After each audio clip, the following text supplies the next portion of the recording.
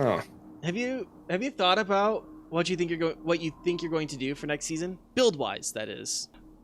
I don't know. I'm kind of thinking maybe like a dwarf Kinsei monk or drow shadow monk. And I've even heard that the vampire feature is really fun this next season. Man, dwarves are lame. Like, thinking about and looking at this person. Mm-hmm.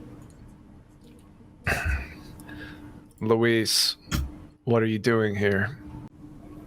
JB, I made a mistake.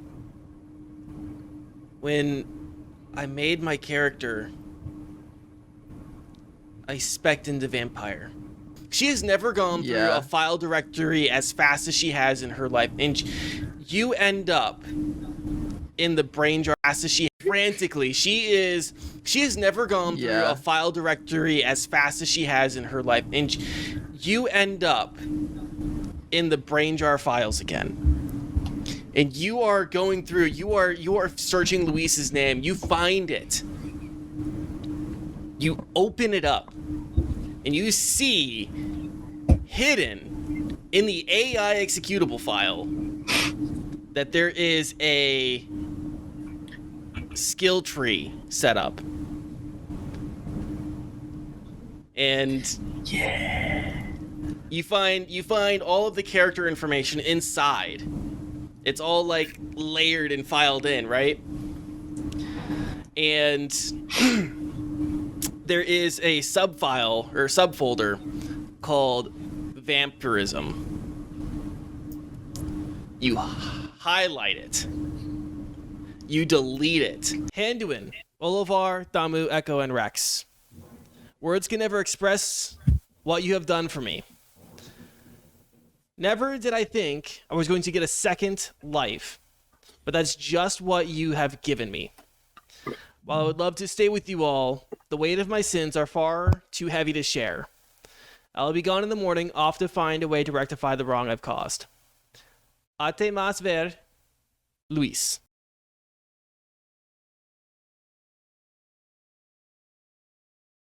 Hello and welcome to VRCana, a roleplay adventure. I am your host and dungeon master, Danie K. I am joined by some new faces for a very special bonus episode. I decided to give the party a break. I am joined by Mickerayla. Hi. SallyNightmare. Hello. And hi, I'm your GM and host, Quantum Alt.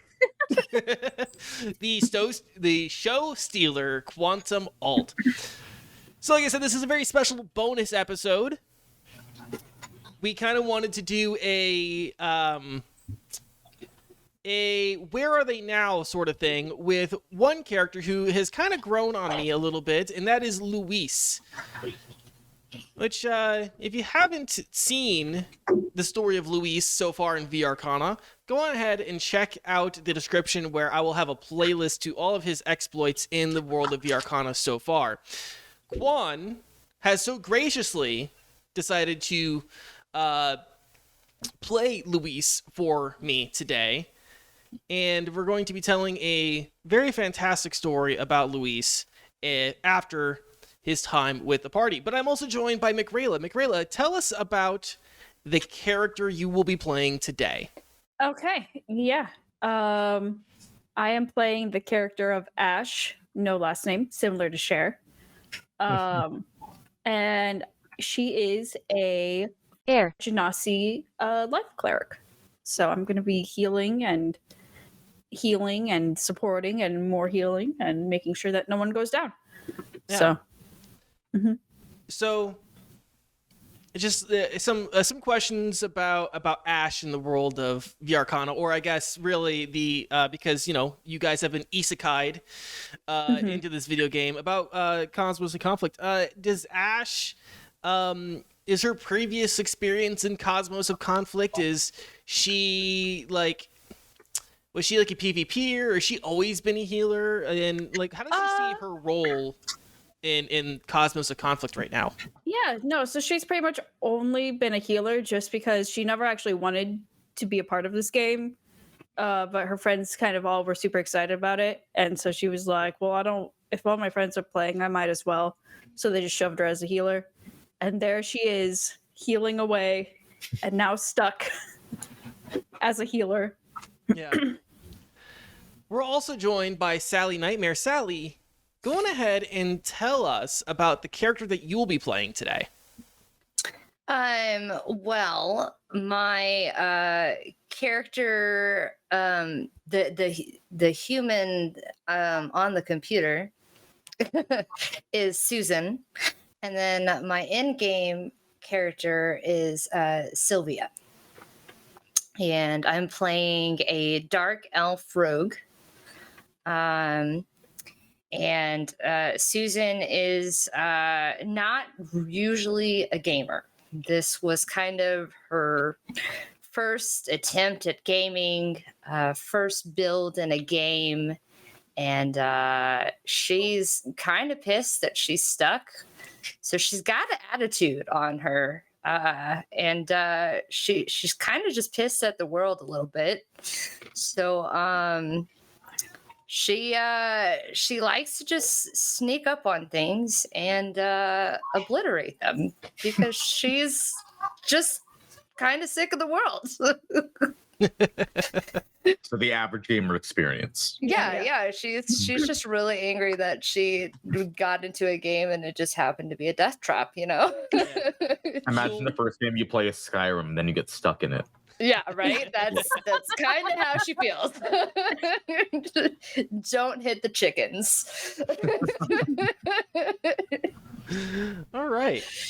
Well, let's do a little bit of scene setting here. Luis finds himself walking on the road north of Goldleaf, the hub city of Cosmos of Conflict. The sun is beginning to peak over the horizon, and the simulated stars are slowly fading into a vibrant orange and pink sky. Luis has traded in his black and red robes for robes of light gray, and after gaining a new lease on life, how is Luis feeling? What would he be thinking about right now, Quan? I think at the moment it'd be a lot of not a lot of anything, just a very kind of heavy feeling weighing over his shoulders and kind of on his head, letting that night sky kind of start to encapsulate him. If anything, maybe this is the little bit of comfort that he's had, because when it's dark, you don't really have to experience much. But more than anything, guilt overall. So, Luis, as I said, is walking alone. The gravel of the road crunching beneath his feet. And after spending some time walking along the road alone, Luis finds himself at a crossroads. And in the intersection, he sees two players arguing. I told you we should go left. I'm telling you, strong feelings. Right now, we're going left. But why? There's stronger monsters there, and we're not ready yet. Okay, but it's shorter, and we can sneak past them and make it through, and we'll be okay. So, shorter path, shortcut. But it's already getting dark. So then we can go in the morning. We can make camp here, but I really, really think that we should go to the left. All right. We could try and keep going if you want. I can see in the dark, but I don't know. At this point, I'm gonna just kind of very quietly start walking, not towards you guys. I'm almost trying to go around, like this is an awkward situation that I don't need to be a part of. But I'm making it very obvious that I'm aware of what you guys are talking about. You! Over there! Yeah, you. Yeah, I see you've given us a side eye. What you want? No, I'm sorry. I overheard your conversation. I'm not trying to invade. I'm just passing through. Do you think we should go left or right? I don't. My opinion doesn't have any bearing on. Oh, it Which does. way are you going? Yeah. I guess I haven't decided that for myself yet. Well, I mean, the paths diverge right here. So you have to make a decision, essentially right here, right now. So- unless you're just gonna stay the night. Interject something real quick into for Juan's knowledge. Luis, in the back of his head, because he is like a veteran player of this game, he's been thinking about a particular item that is available to him called the Philosopher's Stone that only drops from blood dragons. And he knows where the blood dragon lair is. and it's not too far away. Knowing that, would I have an idea of which path I would be going down then? Yes. With that knowledge? Yep. Okay. Odds or evens, Mickerayla? Odds. We're going down the short path. To the left. All right. I was just gonna be alluding to the left path, just going down this way. I don't want to come in between whatever this is. No, wait, I'm interested. You said loot. Is there treasure? Do you need assistance to get this treasure? Look, I don't.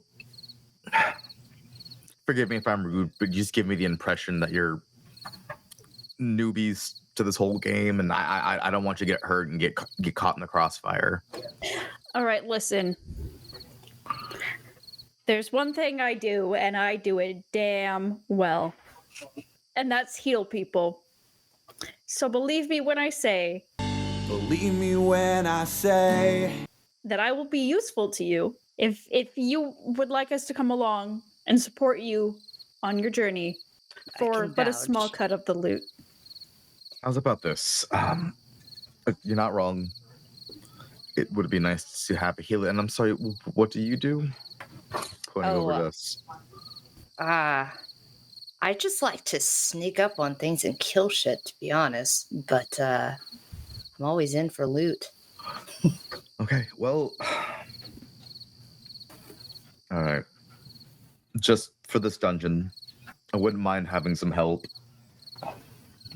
I only want one item that drops, and the rest is yours. What's this item you're seeking? Not something I'd wish to speak about right now at this moment. Would it be harmful to our party? No more than the blood dragon probably will be. Oh. The blood dragon, you say? There's so much fun. Okay. He's given us most of the loot. What do you say? Let's do it. What are your names? I feel like it'd be kind of weird if we go into a dungeon and I don't know. We didn't make introductions. I am Sylvia. I'm Ash. Well, I'm Fandriel. Nice to meet you. I'm a shadow monk, so I feel like we'd probably work very well together. Alluding over to Sylvia. Yes, most likely. Well, were you hoping to head over there now, or were you planning? I heard you mention that you were planning to camp. We had mentioned camping, but that was before we had a quest. Yeah, and I don't think anything's quite set in stone yet. Is there anything that you need from shops before we go on this quest? I hope. And how far is the nearest city? Yeah, so let me interject real quick for you guys. The dungeon lies just outside of a town called Pewter Pillars, and Pewter Pillars has a bunch of stores in there, and you guys probably know that. Okay. So go on ahead. Sorry, just wanted to give you guys that piece of information. Well, instead of doing camp, do we want to go to Pewter Pillars? Check out the shops before we go? I wouldn't mind. I don't exactly have a ton of money, but it's always nice to window shop. I've got a little bit on me. I'll chip in. Okay. So you three, as a newfound group of friends, begin to make your way down the path towards Pewter Pillars. I'm on my way. I'm on my way! Pewter Pillars is a city divided into 3 sections, each section surrounding a tall pillar of stone. One section is made up of homes, another of farms, and the other of shops. It is here that you guys can make any additional purchases that you need for the challenges ahead. I'm going to kind of go around the table and we'll just see what you guys want to buy or what you guys need to buy. I'm going to start with Mickerayla. I guess question for you, Dungeon Master. Considering that we start at level 7, how much gold would you say that we have? Because my sheet currently says 0, which is same. infinitely more or infinitely less than I thought it would. Can you do me a favor? Yes. And all 3 of you can do this. Go on ahead and roll 2 d10s. And whatever the highest number you can produce from those d10s are, that's how much gold you have. So if you roll an 8 and a 7, you get 87. If you get a 3 and a 7, you get 73. 7. Hey, interesting enough, that is indeed what I rolled. All right. 76. 82. 76. All right. So that's your guys' spending gold for this quick little adventure here. That is so much gold. Oh my gosh. Gold is the only currency I run in this game, just to make things simple and also to make it feel more like an MMO. Fair. So, Mickerayla. I'm thinking mostly just potions. Okay. All right. So healing potions are 12 gold apiece. Okay. And then let me roll on a potion table. I think I already, I'm not used to buying potions in the campaign that I play. Our druid can make potions. So every night she's just like, potion, potion, potion, potion. You heard that, Danie? You should just give them to us. Okay. So you walk into the potion store and the NPC there greets you. Hello, welcome to Pewter Potions. How can I help you today? Yeah, I'm looking for some potions, obviously. I have potions of healing, potions of aqueous form, and potions of maximum power. Oh. Oh, what's the maximum power? The potion of maximum power allows you, for the first time you cast a damage-dealing spell of 4th level or lower, within 1 minute of drinking the potion, instead of rolling dice to determine the damage dealt, you can instead use the highest number possible for each die. Oh. And how much is that? That'll be 50 gold. Okay. You know, that sounds worth it. I know, right? What's your best spell? My best spell? You mean Like damage dealing spell? That I have prepared. Probably Spirit Guardians. Busted. Yeah, so if I do that with Spirit Guardians, would that be until the spell max damage until the spell ends? So the first time you cast a damage-dealing spell of 4th level or lower. So it actually only applied to the first attack. Okay, so it would just be the first round for the first target. Mm-hmm. I mean, that's still pretty decent. That'd be good for the dragon. Yeah, I also have that I could cast at a higher spell. I could also do Guiding Bolt. Ooh. Ooh, oh god. Yeah, that would be actually really good for Guiding Bolt. And these are just ones I have prepared. I mostly have buff spells as opposed to damage spells. Yeah, I'll take that. And what's the potion of aqueous form? The potion of aqueous form is when you drink this potion, you transform into a pool of water. You return to your true form after 10 minutes, or if you are incapacitated or die. Okay, yeah, that does not sound useful that I can think of. I mean, it might be, but not as useful as the potion of maximum power. So it's just a potion that turns you into a Vaporeon. okay. Not here. I'll tell you what. Since I'm planning on buying 3 potions from you, how about you give me one of those potions for 1 gold off? Are you asking that I take 1 gold off the health potions? Just one health potion. So, Because if you don't, then you'll be making, 11 gold less than what you would be making. So you lose out on 1 gold or you lose out on 11 gold. sounds like a deal to me. All right. And I hand over my gold. And the NPC gladly takes your gold and, hands you the potions in a bag. Cool. Thank you. And just to confirm, that was the potion of maximum power plus 2 healing potions. Yes. Let's go over to Sally real quick. Okay, I think how much were the health potions again? 12 gold each. I'll take 2. All right. So that'll be 24 gold. Yeah. That leaves me at 50. Mickerayla, how much gold did you just spend? 73. Oh, you gotcha. That was all of my gold. I mean, it is a one-shot, so Yeah. spend it while you got it.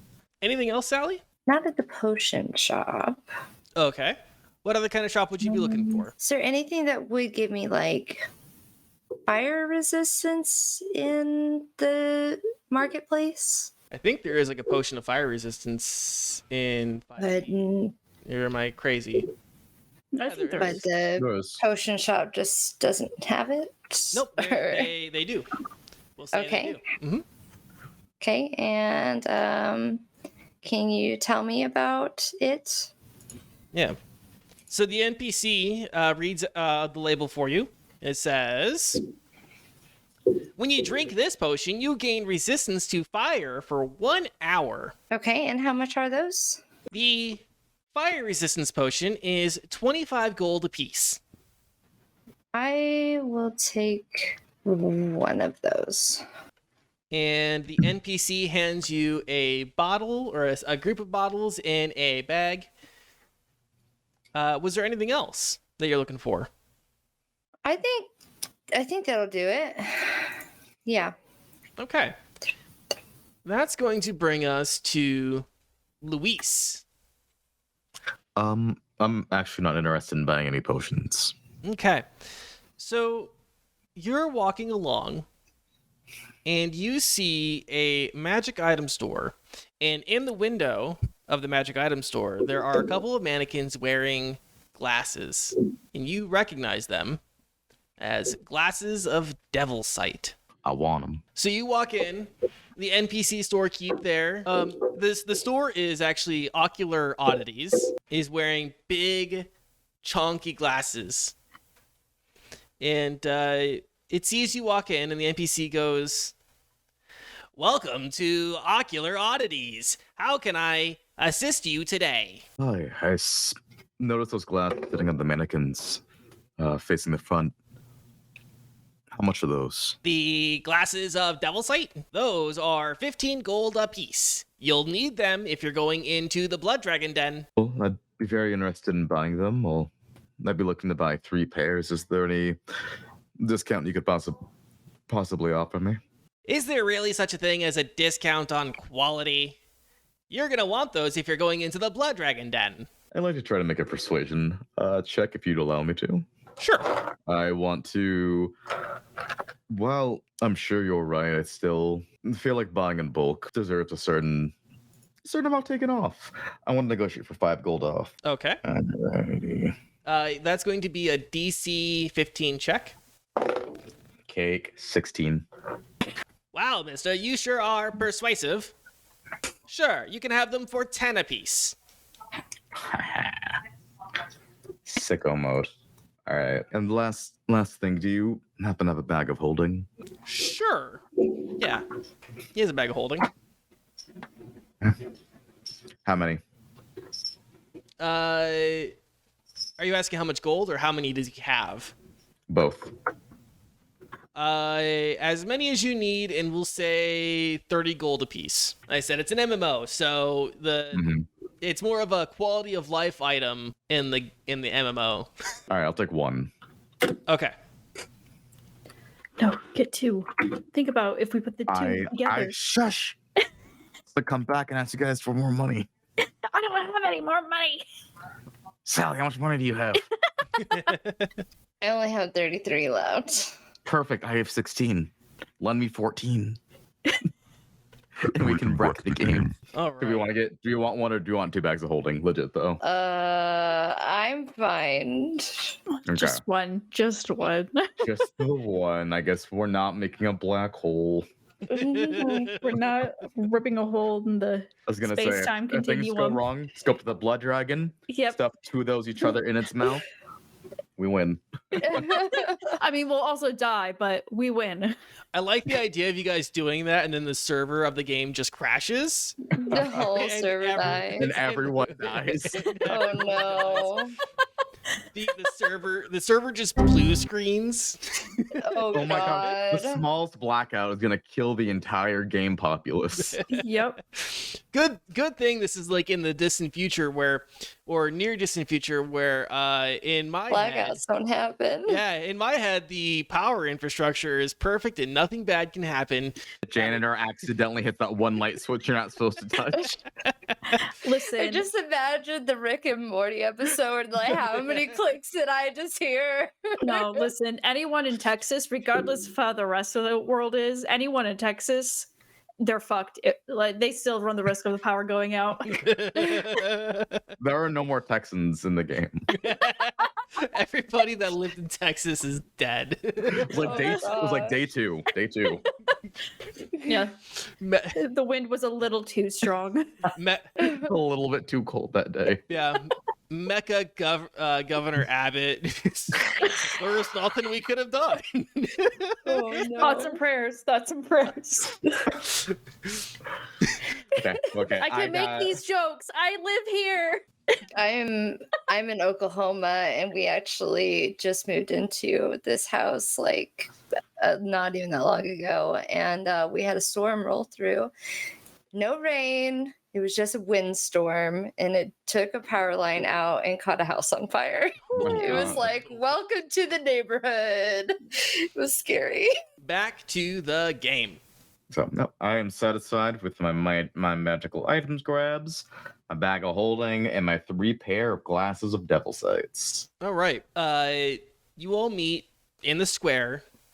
Going ahead and have a quick conversation about the things that you bought. I'm gonna Okay. hold. Oh, No, You go. go ahead. No, you go. first. No, you go. You go. Okay, I got some potions. I just hold up the 2 healing potions and I purposefully keep my other potion in my pocket. Is that a potion, or are you just happy to see me? It's a potion of maximum power. But I don't think either of you two can cast spells, so it's. Excuse you. I As think you're I don't talking- think As you're talking to 2 elves. that's true. That is true. Yes. Racist. Well, Every elf knows magic. Gosh. Sally, what do you say about your purchases? I let them know that I got some fire resistance and some health potions. Yeah. I'm gonna hold out my hand, and you see, and I'd like to imagine these will kind of look like the Morpheus glasses. I got glasses of Devil's Sight. We'll need them once we're inside the dungeon. On top of that, sometimes I like to spam the darkness spell. It helps out a lot in combat, but I just want to make sure that you guys can still see. Okay. What exactly do these do? Well, it lets you see through darkness and magical darkness like it was dim light. Oh, okay. Awesome. Well, thank you. Hmm. So real quick, just a quick note about the Glasses of Devil Sight. This is a magical item that Quan requested and designed, and this will be a freebie that we release on Twitter and on the YouTube community page. So if you'd like that, go on ahead and check it out. If you'd like that, go on our Patreon and please donate $1. Yes, go send $1 specifically to Quan. Please, I'm His- trying to move.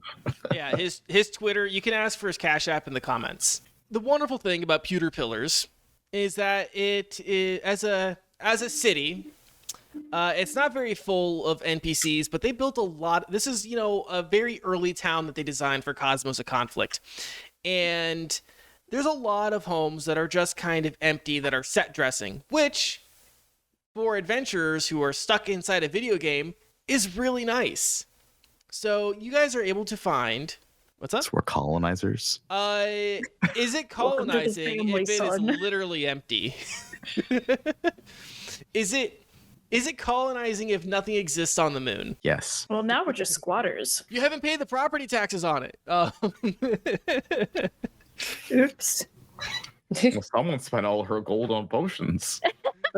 Like I said, you guys are able to find a home to squat in for the night. It's a wonderful perk of existing in a video game that you're stuck in. And I want to focus real quick on Luis. Now that he has some gear and he has some companions with him, how is Luis feeling? What are some of the thoughts that you think would be going through his mind right now? There's a certain sense of relief that he has right now because he's been alone for so long. It's almost nice to have people around him, even if you guys seem like you're, a little unstable. It's nice. At the same time, though, there's this kind of looming feeling going up his spine. He feels like he needs to be extremely cautious. Okay. At the same time. Okay. And just a little bit of like history knowledge for you. The Blood Dragon dungeon is a dungeon that is kind of fallen into obscurity, but it was one of the earliest parts of the game. It's a dungeon that people don't really run much anymore because it, is a little boring, even if the reward is kind of nice. So you being a veteran would probably know that. Do you say anything about your knowledge about the dungeon to your Ash or Sylvia?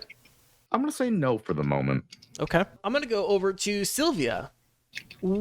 What kind of conversations, what kind of thoughts are you having the night before going to a dungeon? I'm focused on what kind of loot's going to be there. It's a new dungeon for me. I'm a little nervous about having a new party member that doesn't want to tell us about an item.